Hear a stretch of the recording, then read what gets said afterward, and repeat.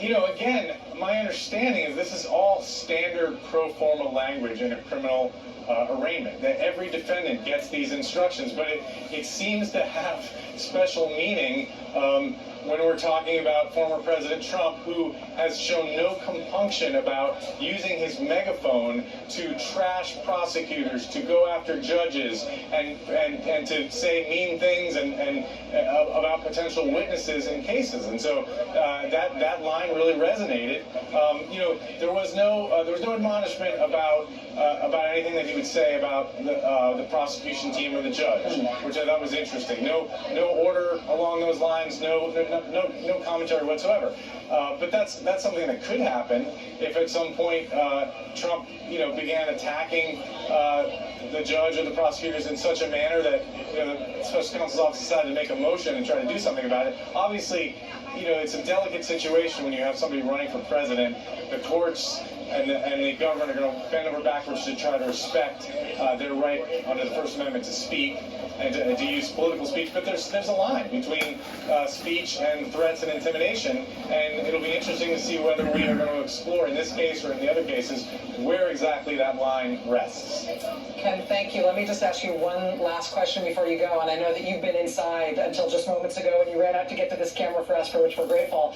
But from what you've seen today, both when you arrived and since you've come out, and what you can see just ambiently where you are, how would you describe the presence of onlookers and protesters at the courthouse? Is it having any significant impact, or is everybody sort of dwarfed by the security presence and the media presence?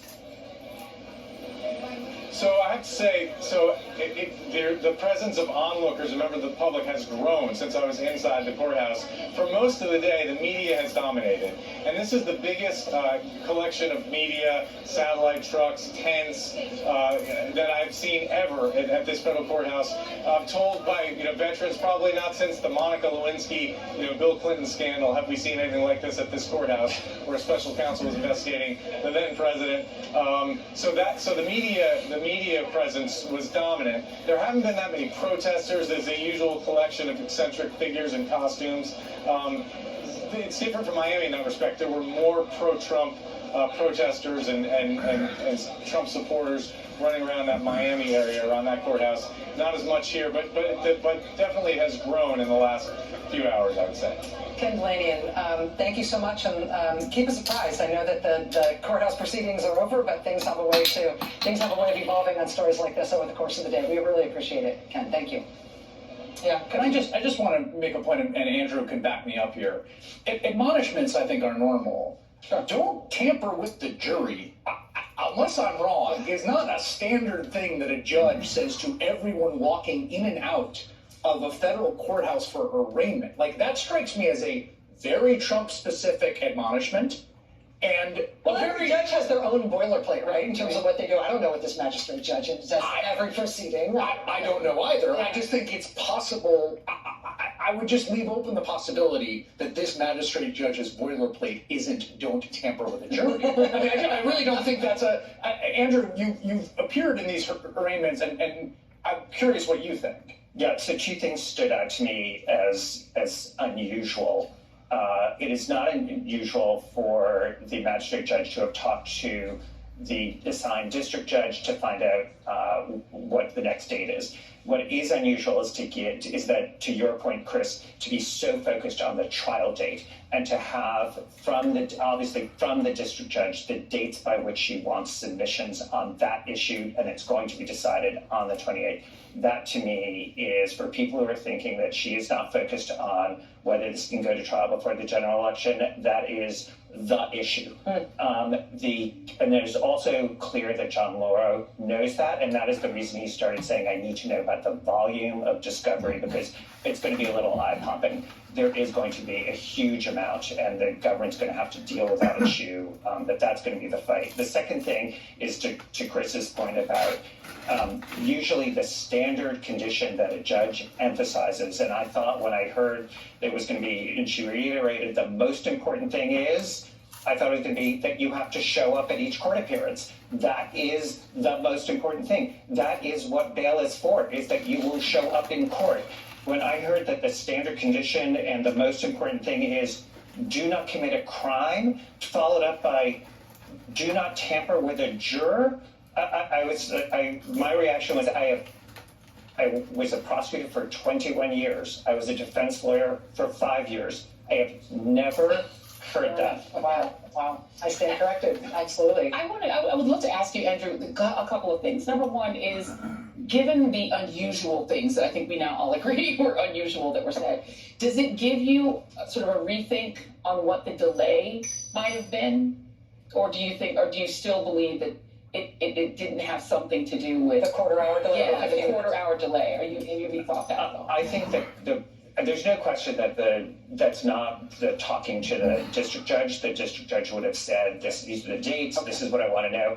I really do think that the standard procedure, which I'm confident the court will want to follow, is you have to hear from pretrial services about standard conditions of release. It's just, in some ways, it's respecting the pretrial services officer, that's what happens. A defendant is interviewed, a report is issued, the defense is entitled to see it, the government sees it, the court sees it. So I think the delay, usually the defendant is there hours before the court appearance. So here, if the defendant is getting there late, I don't mean that in a bad way, I just mean that there's a tight time frame.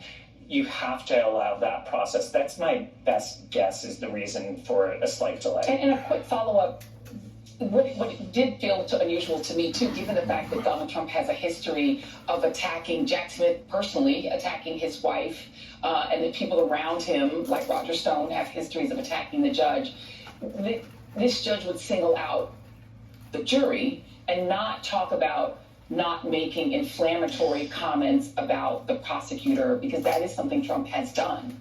Well, also remember, before any criminal case, Judge Kaplan, overseeing the E. Jean Carroll case, on his own, took steps to protect the jury in that case and give admonitions in a civil case, with respect to the former president of the United States taking steps to interfere with the jury in that civil case. So it's not surprising, given that, and given, just remember, any other defendant who is facing obstruction of justice charges in this many cases, this is not a surprising development, other than if you suddenly are thinking about the fact that what his former position was, that he was the former president.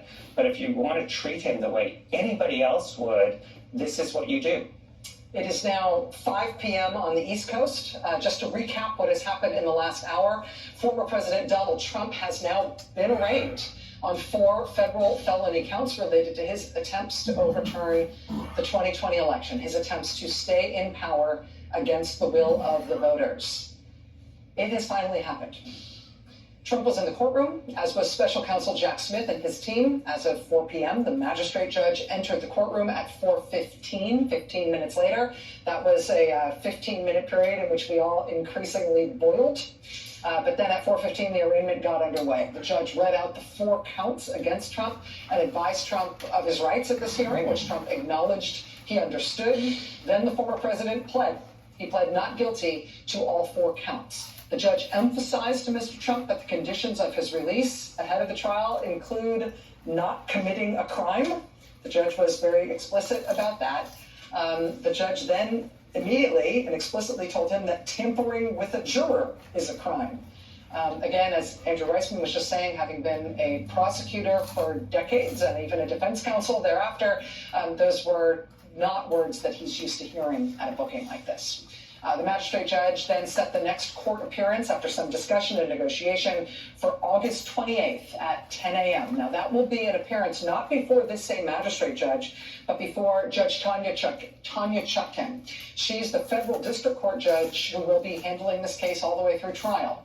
And according to the magistrate judge today, she says she has communicated with Judge Chutkan already about this process and the schedule. She says Judge Chutkan intends to set a trial date at that first hearing, at that August 28th hearing. Again, not something we necessarily expected to hear, but something notable in terms of what the pace of this overall proceeding will be. Now, the discussion after those important parts of the arraignment were done turned to the issue of evidence, discovery, what the government has to turn over to defense counsel, how much of it there will be, and how much time they will have to work with the evidence before they're expected in the courtroom with opening statements. The government now has 7 days to file a submission saying when they think a trial should be set. Trump's defense counsel will then have 5 days to respond to that. But again, we expect after the prosecution has made that case to the judge and the defense counsel has made their case to the judge will then decide on August 28th when the trial will start.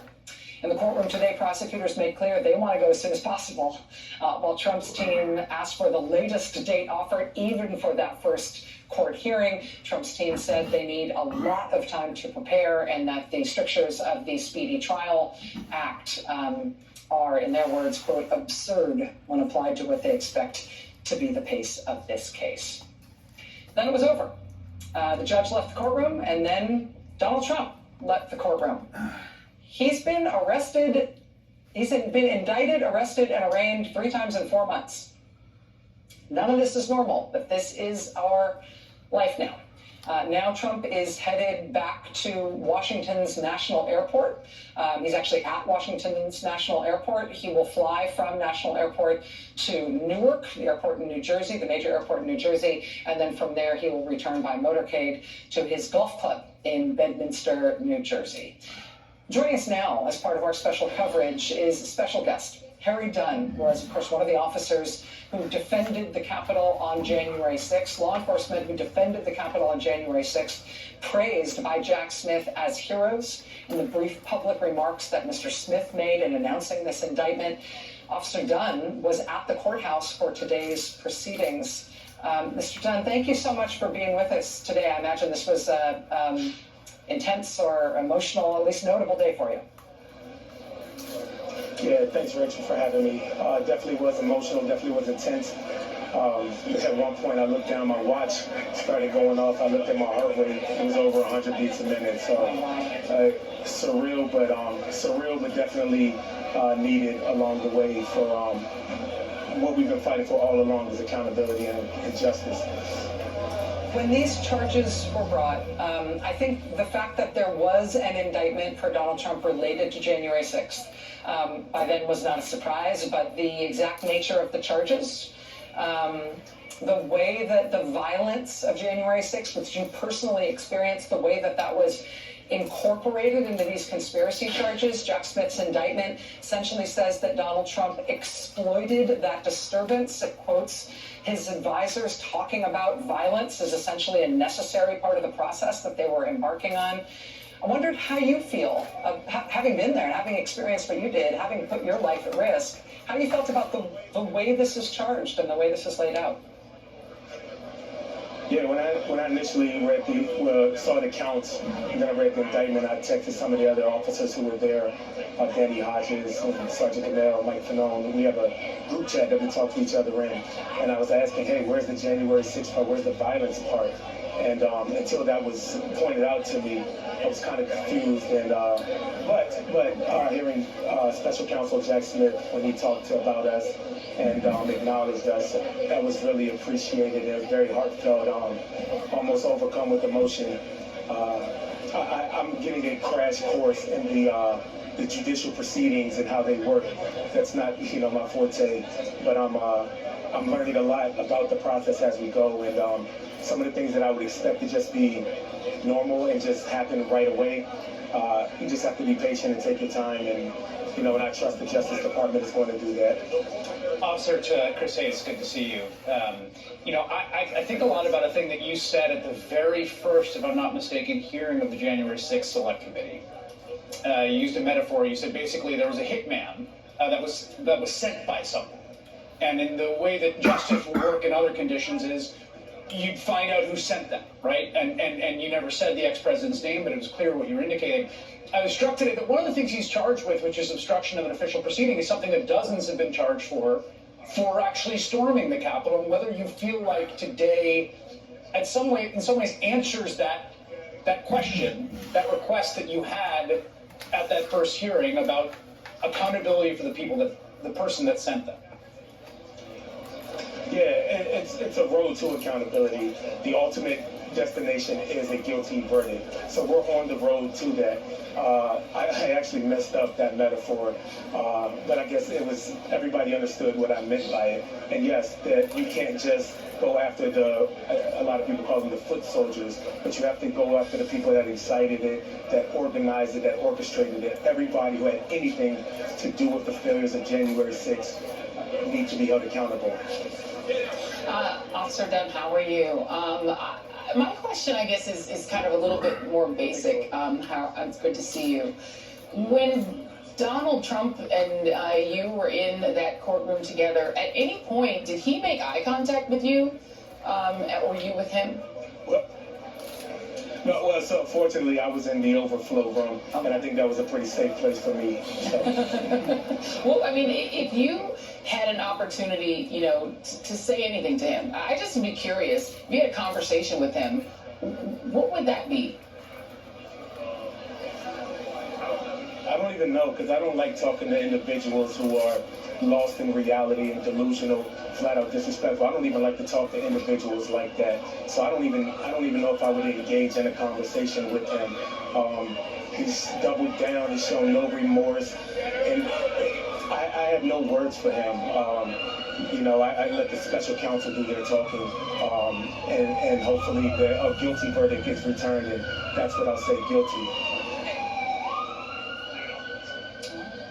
Officer Dunn, how closely are your fellow officers following this, and does it have an effect on general morale for your compatriots?